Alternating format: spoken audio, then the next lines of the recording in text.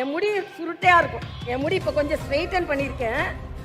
கொஞ்சம் ஸ்ட்ரைட்டன் பண்ணாலே இவ்வளவு இருக்குன்னா என் முடி சுருட்டையா இருக்கும். உடனே என்னை எப்படி எழுதுவாங்கன்னா, நான் ஒரு அரசியல் கட்சி தலைவர். அரசியல் கட்சி தலைவர் வேகமாக ஒரு பெண் இப்படி முன்னேறுகிறாரே. இன்னொன்றை நான் சொல்கிறேன், நான் எனது இயக்கத்தில் இருக்கும் பொழுது இந்தியா முழுவதிலும் தமிழகத்தில் நான் மட்டும்தான் பெண் தலைவர்.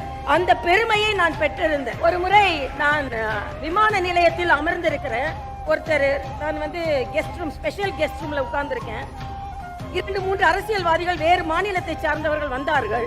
வந்துட்டு இந்த ரூம் ரொம்ப ஸ்பெஷல் கெஸ்டுக்கான ரூம் ஆச்சு, விஐபி ரூம் ஆச்சு, நீங்க எப்படி இங்க உட்கார்ந்துருக்கீங்க அப்படின்னு கேட்டாங்க.